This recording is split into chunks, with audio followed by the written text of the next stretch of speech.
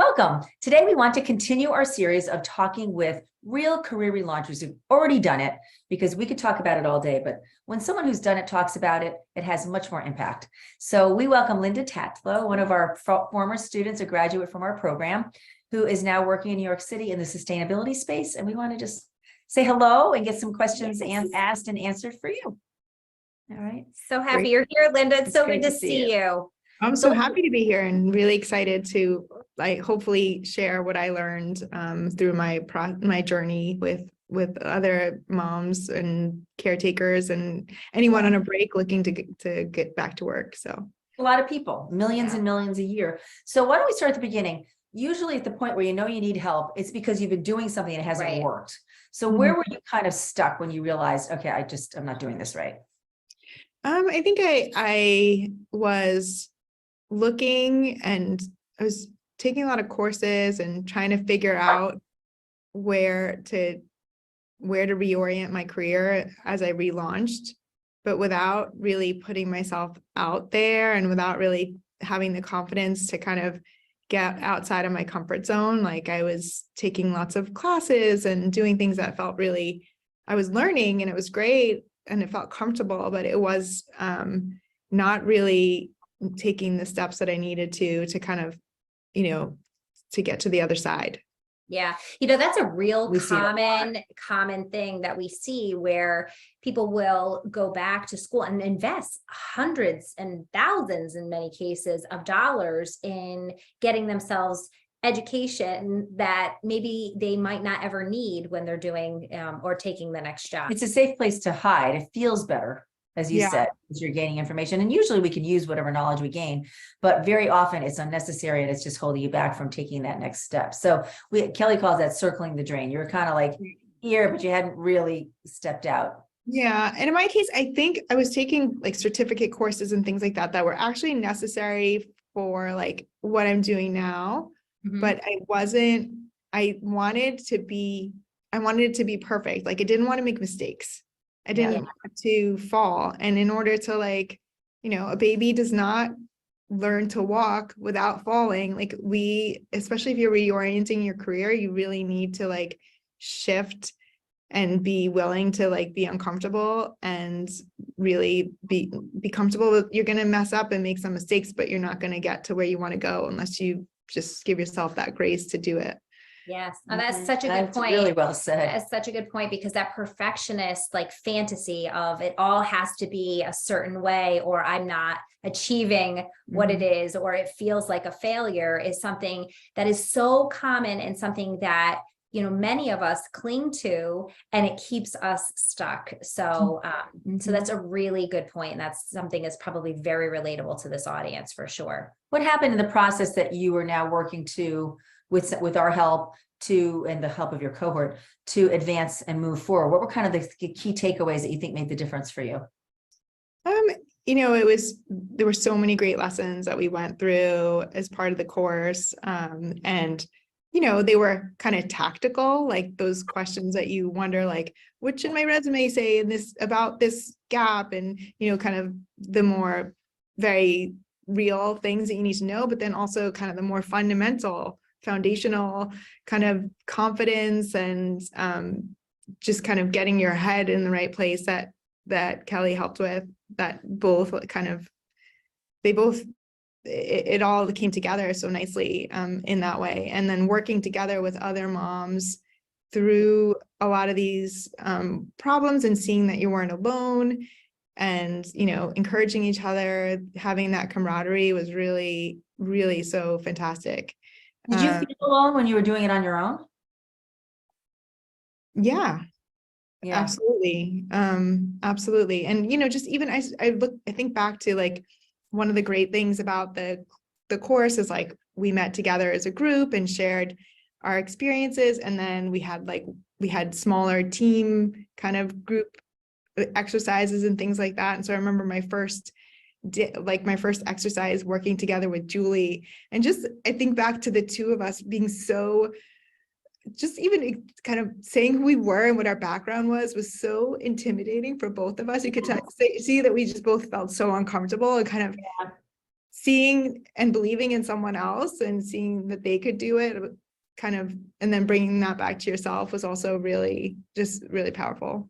That's a really good point that like, you know, when you can see the growth happening in someone else, it's like, oh, well, that growth could happen for me too, Yeah. you know, or is happening for me too. So I love that. I totally get that feeling of, oh my gosh, it feels so intimidating to talk about myself because that's not something that I do that often. I talk about everybody else in my life, but I am not the subject matter. And so just ripping off that Band-Aid in and of itself, how overwhelming that can feel. And now it's probably like, you know, no big deal. Like, I'm going to tell you what I'm doing, what I do for work, but it has to start with that first baby step of doing that. So You also set a big goal for yourself, because not only were you relaunching, but you were looking to pivot into the sustainability space. And you did a really good job of sticking with it, because it took you a while to land and you had a couple of disappointments along the way. What was it that kept you moving forward, sticking with that goal and not just settling for something back in real estate or finance or credit?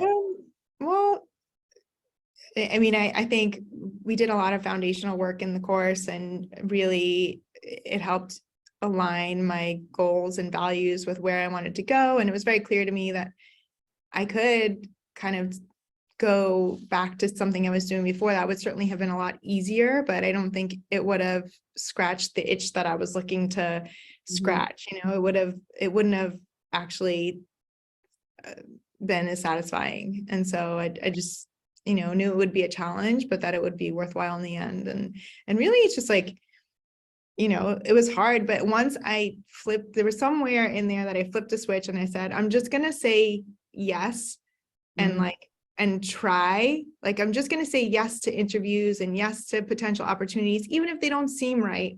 And just kind of that, making that change of my mind and committing in that way made all the difference, because, you know, I ended up having a couple of like interesting opportunities because I kind of made that mental shift. And you know, it's good for our viewers to hear this too, because I think we don't give ourselves permission to think about what we want. And Linda did that. Yep. She said, this is a space I really want to work in.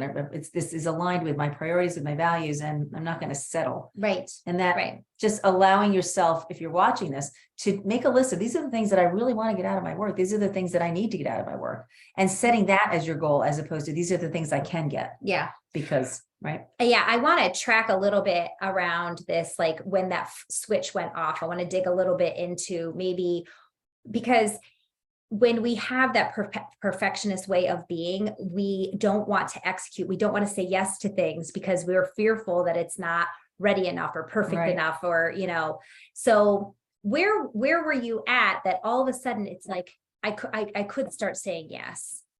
Do you think it was like through like the resume process, or was, you know, like what happened for you that you think you were saying that yes?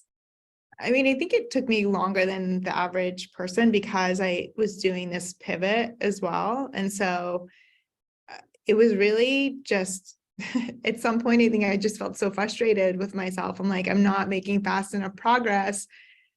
I need to do something different. I'm just gonna say yes, and I'm just gonna get a job, and then I'm gonna take it from there, because like I knew that like we learned, and just, you know, like having a bias for action is actually so much more powerful than, you know, the most perfect plan. Yes.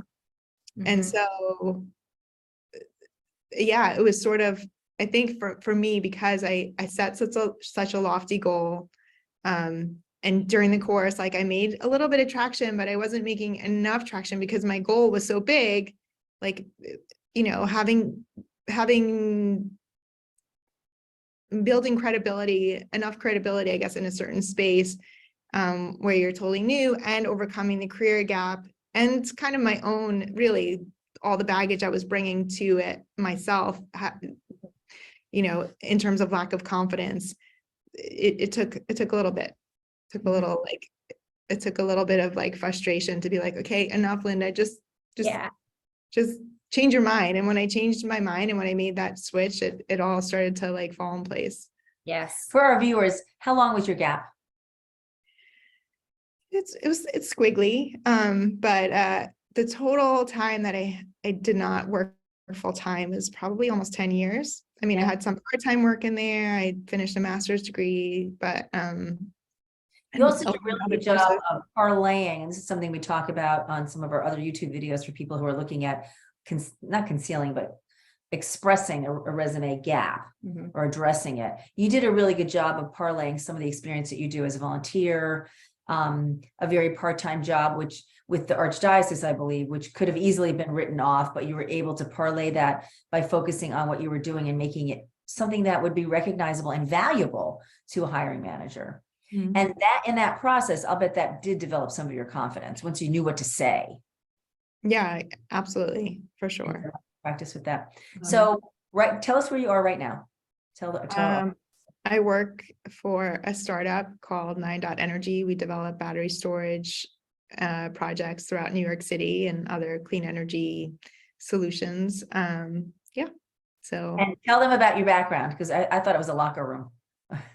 Oh, this is a battery storage site. It's one of our first projects. It was in the Bronx. We had a ribbon cutting this past summer, and yeah, it's a part of our move to zero carbon energy in New York State. So That's great. It's That's so great exciting. and such fulfilling work for you, because that was like really honoring this, bigger goal that you had for yourself. And the value Yeah. for that. And where you were going to be doing your work. Yeah. So if you were to impart one more, one or two kind of must-have pieces of inspiration or information to your former self or to someone else who's just watching and trying to figure out where to go in their career launch, what would you want to offer?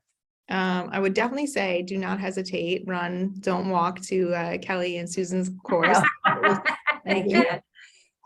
But yeah, I think kind of echoing what I said probably already is like, give yourself some grace to make mistakes, have a bias for action, believe that you can do it because you can. Like all of that's everything that you did before it's all still there. I mean, it feels rusty, it feels uncomfortable, but the only way you get to the place where it feels more comfortable is to do it. So just do it. I love that. I love that term, bias for action. Yeah. That's a good one. I like just do it. That should be a logo. If you like, I think someone took that so. already. Sorry. If you like what you saw today and you enjoyed hearing from Linda and hearing from other students, please subscribe to our channel. We have future interviews like this coming up. You can follow us on all of the social media platforms or visit our website at www.preparetolaunchu.com. Thank you.